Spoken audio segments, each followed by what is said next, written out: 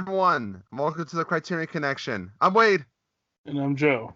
and we're doing this remotely again, mostly because I woke up and I felt like crap, so I didn't want to film. So here we are. We're doing a movie from 1983 by the great Lawrence Kasdan. You know, he did Empire Strikes Back. He did like Indiana Jones. He did all kinds of stuff. But this time, this movie's a little different. It's called The Big Chill. It's got a lot of notable actors like Kevin Kline, Glenn Close, William Hurt, Jeff Goldblum, and a bunch. Tom Berenger, Yes. Joe Beth Williams, Lawrence Kasdan's family. I'm sorry, but I did see the credits, and I think Lawrence Kasdan's kids, one plays Kevin Kline's kid, one plays the kid trying to get Tom Berenger's autograph, and I think his wife, or I don't know if it could be his niece or something. She plays the host, the airline hostess. I mean, we've covered these movies before. Like Metropolitan's one of them, where it's just a very life-talky kind of ensemble cast movie. Yeah, I did get Metropolitan vibes from this. Stuff like Clerks, Chasing Amy, Perks like of the being Kevin a Smith stuff. Whatever. Yeah. It's got a lot of that in there. It's not a plot movie. It's a, story and character driven movie. Yes. Which is basically, I'll lay it out for you. It's a bunch of friends. I believe most of them knew each other primarily from college. They all went to University of Michigan, and basically they have lost touch since they graduated. All went their separate ways, and what brings them together is the death, the suicide of one of their friends, one of their close friends.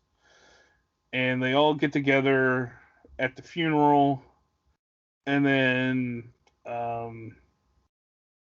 Kevin Kline and Glenn Close, who had been living with the character who passed away, which I don't know if you know this, Wade. Little fun fact for you: that was supposed to be played by Kevin Costner, but they cut scenes with his face out of the movie. That's interesting. Yeah, it was Kevin Costner was Alex. Too many Kevins. That's why. Yeah. And but they have a party at Kevin Kline and Glenn Close's house, kind of a post-funeral reception. It's basically a party that you can't go to because you're dead. Yeah, as Jeff Goldblum would say. Yeah, and all the friends come over, and then they end up spending the whole weekend together for the first time in 15 years. And with Chloe, who was Alex's girlfriend at the time. And it's basically them catching up and pretty much falling back into their old kind of... It's weird. It's like all this time has passed, so all these things have happened, but you're with your old friends, so it's like you're back in your old groove again. Yes. And it's just them catching up and kind of dealing with the pain of losing somebody close to them and coming to the realization of kind of what life has been like for them. And that's it. That's the whole movie. Yeah, it's basically they deal with the similar events. Yeah, they deal with, the death of their friend, but also the pitfalls of their lives and what happened to us. It's a classic 30-something oh, what happened to our lives? I didn't know if this was too relatable for us. I was very torn on this, but I appreciate everything about the script. It's there's a lot of witty stuff to it. Mm-hmm. I can't connect to the characters. I think it's because it's a generational thing. Because this is I believe this is not even Generation X. This is the Boomers, the Boomer generation, right? Yeah, they had all been in college in the early 70s, I think, at this point, Yeah. or late 60s. So yeah, because Once the because character Nick William went Hurt's to character Vietnam. is to Vietnam. Yeah. So yeah, they're So baby boomers. yeah. So I think it might be that. It's just like, oh no, Jeff Goldblum is tired of writing for the People magazine. Very popular People magazine, and another one's a Well, famous celebrity, sort of famous celebrity. well, yeah, he's like a T.J. Hooker, Yeah. but it's. I mean, I think it's relatable when you kind of abstract it a little more. Yeah, yeah, yeah. I mean, they were all like like if you look, they're all really successful outside of Nick and Alex, and Alex gives up his success prior to the events of the movie. Like when they pull out the article, they talk about how he gave up his fellowship, and Nick, same kind of thing, but they're all dealing with this kind of restlessness and kind of feeling like they settled Yeah. I and think let the back then, world run them down. like I think back then, if they were like teenagers in the '60s, they were the free light, they were the fight the system, they were the Yeah. yeah, they were like the free living kind of people, and now they are the opposites. They are the And system. and if you look at them, there's a part where they talk about like we were all really driven and committed to our own success, but what they really missed most was each other Yeah, and being together and having that friendship and companionship. It's hard, like on a surface value, to kind of connect with these characters. You're like, oh, you you hate your life as a TV star, and you hate your life as a famous journalist, and you know you hate your life, and you're about to be bought out by this giant corporation. But I think it's more of an abstract, like if you abstract it a bit, you know, and just pull away and just look at it as general 30s, like kind of malaise and questioning whether you made the right decisions and dealing with the regrets of the decisions you did make.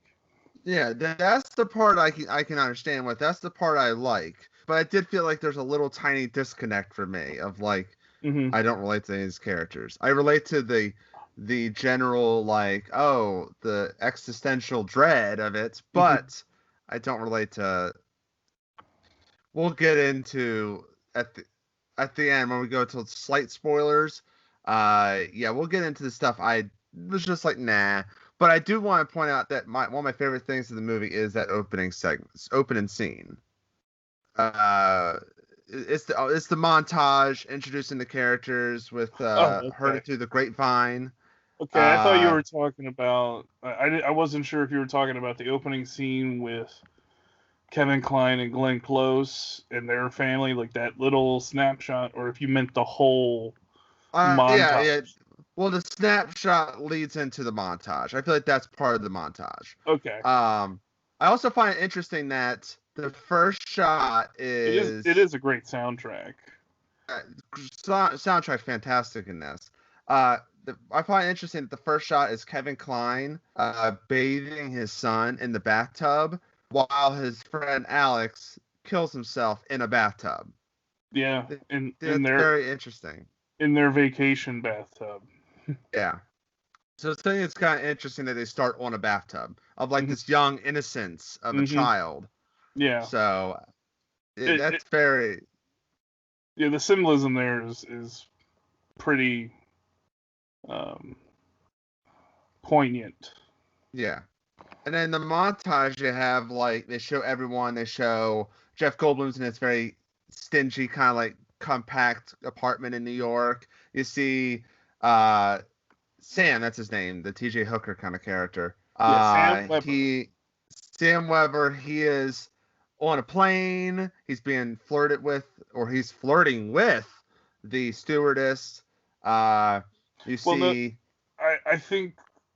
I think there's a great detail in that scene where she comes over and she's kind of starstruck with him, but he has all those little bottles. So Yeah. to me, he already heard, and he's flying, back to he's flying to the funeral, and Yeah. he's basically manipulating her to get him more alcohol so he can kind of dull that pain. Because And he's one that's very vocal about missing Alex and dealing with kind of wishing all his friends were there. yeah, if anything, he is the most isolated of the group. He feels like because he's been like in the limelight. It's like he's got all his attention, but he doesn't have the friends' attention that he wants. Mm-hmm. Uh, Probably my favorite one is I like the purposeness of the Nick character, the William Hurt character, uh, and the fact that he's late to the funeral because it seems like when it comes to all the friends' success, he's always the one that's late. And I Mm-hmm. like that he's late to the funeral to reflect that. Late to the Yeah. funeral. He's late to the football game Yes. later. And he also, I think, is late in dealing with his emotions in a proper way. Yes. Because he's the one that always has like the snarky joke. Like he has that dark sense of humor, and that's kind of his defense mechanism. And then there's the dinner where and the and them after the fact, but it's where the conversation kind of explodes, but between him and Sam, and Oh he's yeah. just kind of like he's not. I wouldn't say he's wrong with his observations. I think he's just projecting onto everybody else, and that's kind of what Sam calls him out for. Yeah. And in a way, I think they're both right and they're both wrong. Oh yeah, And that's definitely. what's It's great not. about the Nick character is you have somebody like that who is accepted by everybody but doesn't seem to believe it. You know what I Yeah. mean?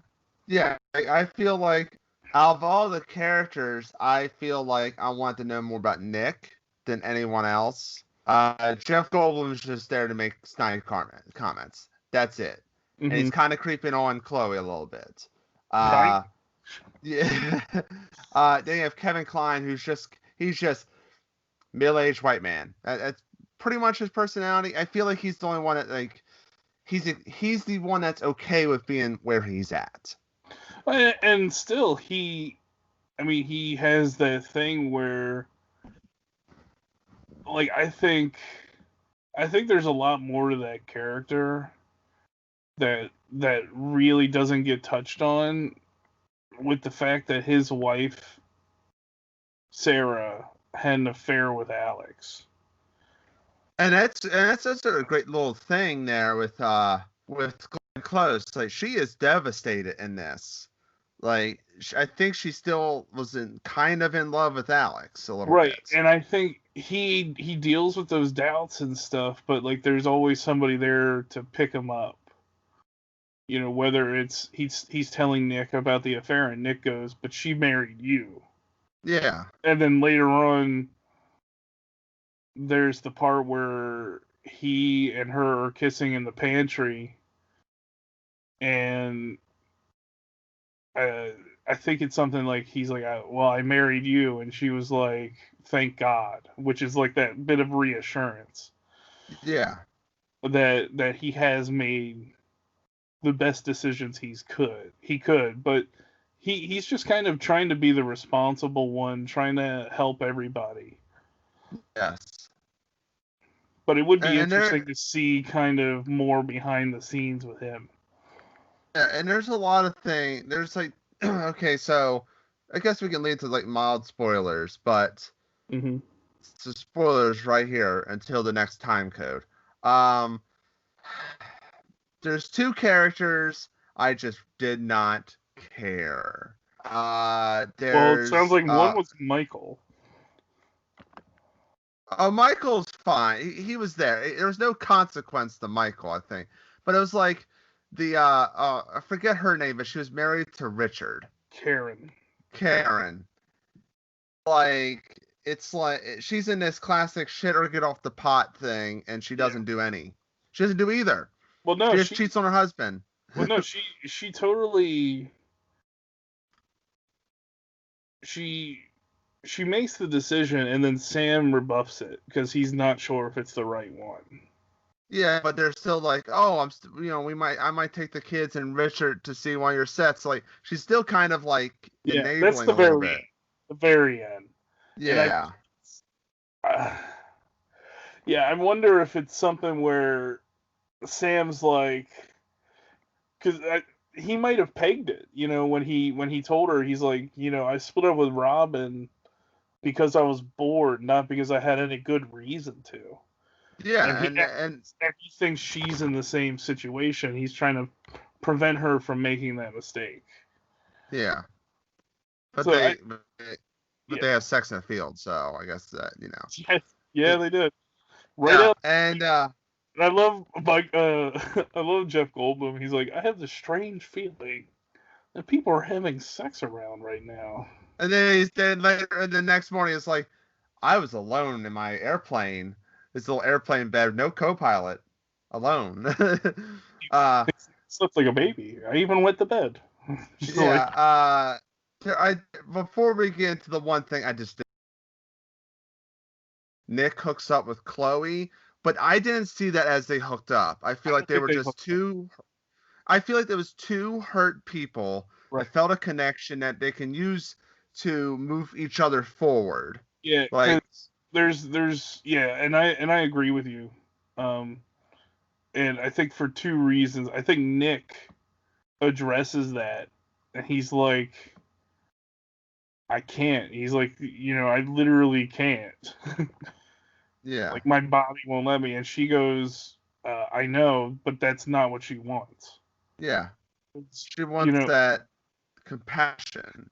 Yeah, and there's this great part where she reveals, hey, I was 15 living in Oakland when you were that on-air psychiatrist DJ, and that he helped her, even though he felt like he was just, a crock.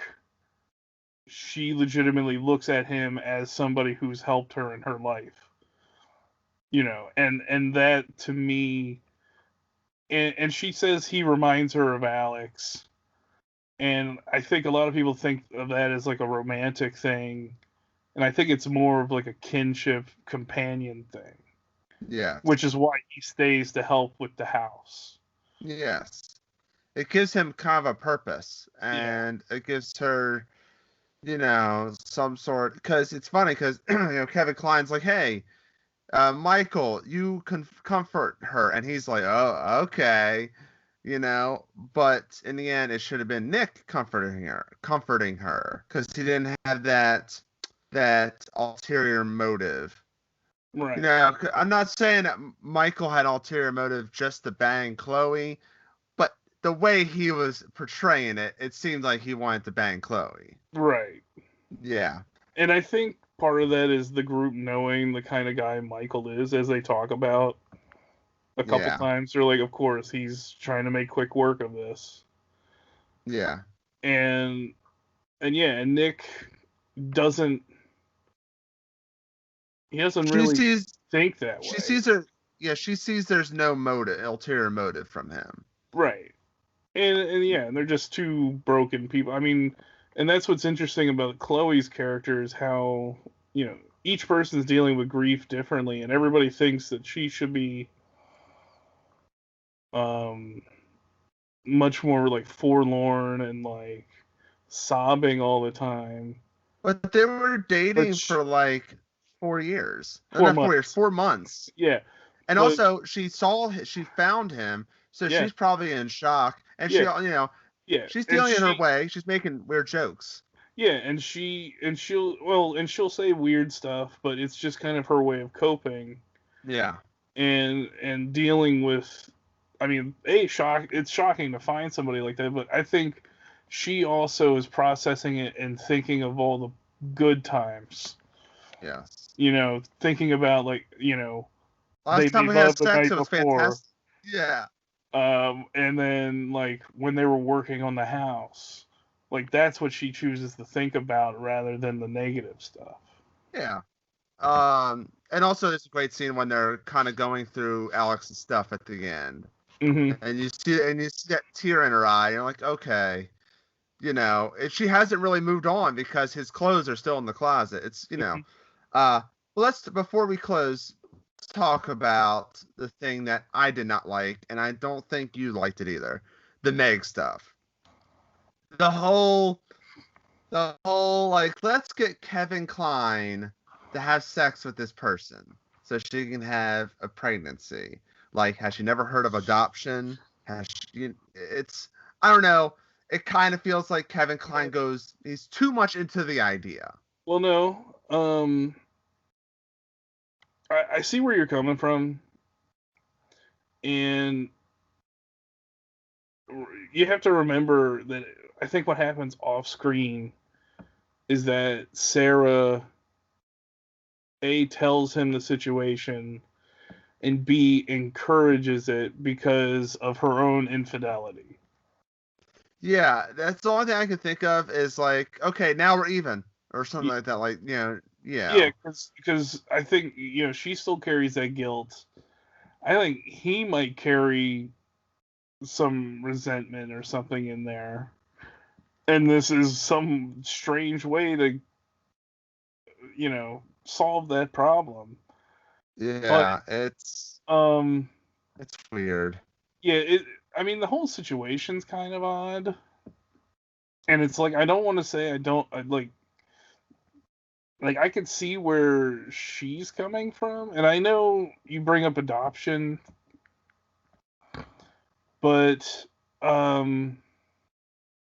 she wants to have her own kid, and she obviously still thinks she can. I mean, she talks about her biological clock ticking, so she Yeah. still has the ability to bear a child, at least in theory. So I think she wants to have that experience. Yeah. In vitro stuff wasn't really happening back then, if I remember correctly. Yeah. And if it did, it was very, very rare, and very Yeah. expensive. It So just felt weird to basically, me. yeah, it is weird. It's very weird. And then especially at the next morning, Kevin Kline comes down all smiling and shit. You're like, His wife says you don't have to be in such a good mood. Like, maybe people that are participating in that like hookup culture now could probably understand better. And her reasoning is just it's one line. She goes, "These are all the best men I've ever known." yeah. And like I It's get just that. It's I just just weird. don't know if I just don't know if you needed that in the movie. Like, did that have to be in the movie? Like Well, this whole plot line? here's where what I think. Well, this is what because I've seen the movie before. I've dealt with all these emotions before. I'm like, why is she trying to get everybody trying to get her pregnant? And like, I remember those days. What happens if that one time doesn't get her pregnant? Do they do it again? Yeah, isn't that gonna be interesting? But she's calculated. She's ovulating that weekend, Wade. Um, Oh, so she planned it. Thank God Alex killed himself that weekend, I guess. yeah. I wonder where Alex fit on that list. But here's my thoughts. I don't think this works as well for a movie. I think it's a fine movie. It's okay. You have an extraordinary cast. Yes. This is like Outsiders, but for the actors that are 10 years older than them, than the Yeah. Brat Pack. Um, and the directing is great. Like I love the soundtrack. Like the first montage went up until you get to the funeral is unbelievable, and there's so much being communicated so well. Yes. I think this works better as a play. You know what? That's a very that's a very good comparison right there. Yeah, it feels more like a play. Yeah. I think this works better as a stage play. I think if you cut out the funeral scene and everything before it, you pretty much have a play set up at the house. They're Yeah. in one location. It's this group of these friends that have these different intertwining histories, and them dealing with grief over a course of a weekend, I think is the basis for a stage play. Yeah. I I agree. think there's a little bit more work to be done to turn it into a great movie. Yeah. I think it's an okay movie, Yeah. but I think there's work to be done to make it a great movie. So Joe, would you recommend this movie? It's not a big recommendation on my list. It's like I said, it's okay, and it's like if I go through a few movies before, like I'll get to this one eventually, but I think there's better movies with every one of these actors in it. Yeah. So I like if you want to see a great Kevin Kline movie, watch this. If you want to see a great Glenn Close movie, watch this. Tom Berenger, this. But this is just kind of a novelty, I would think. I'd be like, if you want to see a whole bunch of these stars in one movie, here you go. But it's like mixed nuts. Like, who yeah. recommends that movie, even though it has all these great comedians in it? It's one of those things like, Jeff Goldblum. Obviously, you would say Buckaroo Banzai, right? Why is there a watermelon there? I would Oh, I also would not really recommend this movie. It's not for the general audience. I feel like the younger the generation, the less likely they're going to watch it. Like, I feel like a Gen X person would probably watch this movie, but our generation, the Generation Y, millennial, whatever, would not watch that movie. Less of them would watch the movie, and the Generation Z, they definitely will think this movie's boring. So, and how I much feel like, they're gonna just shit on the first world problems these people yeah, have. I feel like the movie does not age well when it comes to generations. Yeah. But I say that the idea of the dread of 30 somethings, I feel like you could finally find another movie that does that. I mean, for us, I mean, we watch Metropolitan. I think that's a better movie. Yeah, I think so too. And And it's about more higher class people. yeah, and then you have like other ones that kind of touch on certain aspects, like you have Dead Poet Society, dealing with mental health and that kind of stuff. There's all kinds of other movies that do certain things better than this movie. Yeah. So that's our thoughts on The Big Chill. Let us know in the comment section below what's another movie that's similar to this. The talky life ensemble cast movies. Let us know in the comment section below because I particularly like those movies. Um, More suggestions. We have stuff planned for the end of the year, for the rest of the year, but it's not all filled out. So give us as many suggestions as possible. Follow us on, follow the Criterion Connection list on Letterboxd. Follow us on all the social media. Like, subscribe, share. Until next time, I'm Wade. And I'm still Joe. And we will see you later.